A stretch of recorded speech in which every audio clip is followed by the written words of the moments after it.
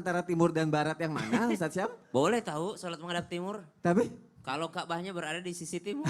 iya, tapi kan Ka'bahnya di Di barat. Di barat, Nah, kita aduh. kalau lagi di Gresik, Ka'bahnya di barat. kalau makanya apakah mungkin ini juga apa ya? Kadang orang mau ngejar ilmu, mau dapat pahala tapi ya nggak ada ilmunya gitu.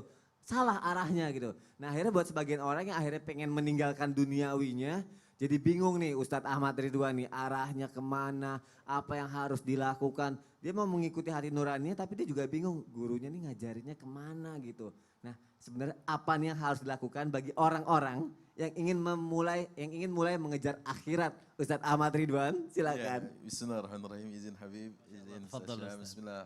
Assalamualaikum warahmatullahi wabarakatuh. Waalaikumsalam Warahmatullahi wabarakatuh. Alhamdulillah wassalatu wassalamu ala Rasulillah wa ala alihi wa ashabihi wa mawalah.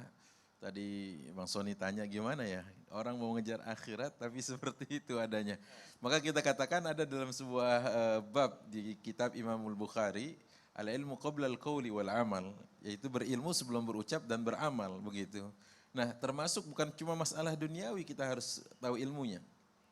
Orang Sunda bilang kalau di dalamnya itu amis dijerok, namanya misro, gitu kan.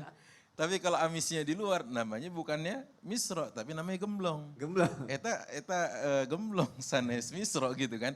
Nah sama nih, urusan menghadap timur dan barat seperti yang Ustadz Syam sampaikan tadi. Kalau memang ternyata kiblatnya menghadap ke arah timur, posisinya mungkin Anda begitu.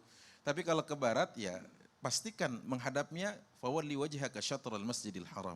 Apa sih tahapan bagi mereka yang sedang mau berhijrah? Ya pertama adalah step awal, ya kenali dulu Islam. Dengan pilar-pilar dasarnya, dengan hal-hal yang paling prinsipnya, misalkan arkanul iman, arkanul Islam, arkanul iman gitu kan, hal-hal dasar. Ya, itu harus tahu dulu.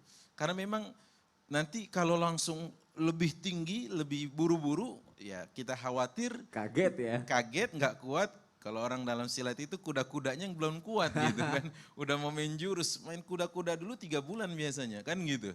Istilahnya dasarnya dulu. Nah makanya begitu juga dalam hal ini. Dalam sebuah riwayat juga disebutkan dari Bunda Aisyah radhiyallahu anha wardaha, Rasulullah sallallahu alaihi wasallam bersabda bahwa perkara yang paling dicintai Allah adalah apa?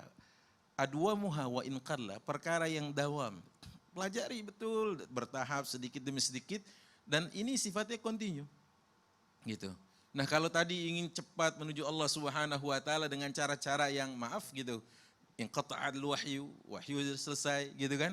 Kemudian bagi kita di Indonesia seperti ini menghadapnya ke arah barat, ini ke timur.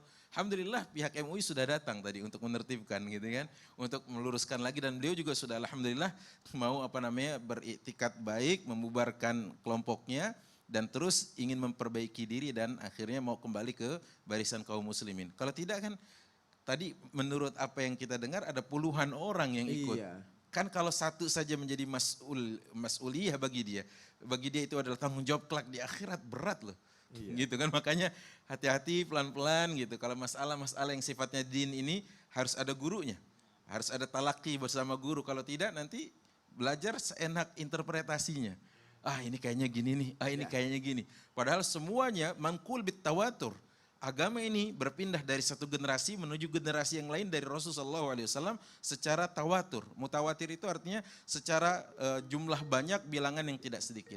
Banyak guru kita yang bisa kita datangi untuk kita ambil ilmunya.